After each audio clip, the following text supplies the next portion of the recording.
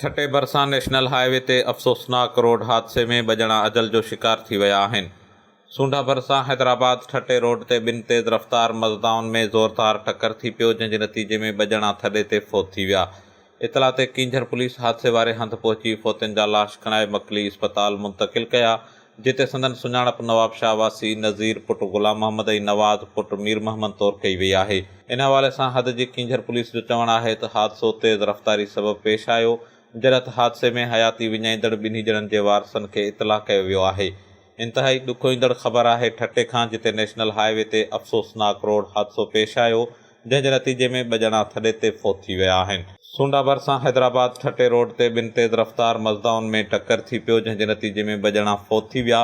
इतला ते हद जी कींझर पुलिस हादसे वारे हंधि पहुची ॿिन्ही फ़ौतियुनि जा लाश खणाए मकली इस्पताल आंदा, जिते संदन सुञाणप नवाब शाह वासी नज़ीर पुट ग़ुलाम मोहम्मद ऐं नवाज़ पुट मीर मोहम्मद तौरु कई वई। कींझर पुलिस जो चवणु आहे त हादसो तेज़ रफ़्तारी सबबि पेश आयो आहे, जॾहिं त हादसे में फ़ौत थियल ॿिन्ही ॼणनि जे वारसनि खे इतला कयो वियो आहे, जिन जे पहुचण बैदि फ़ौतियुनि जा लाश संदन हवाले कया वेंदा। HSTV news ठट्टो।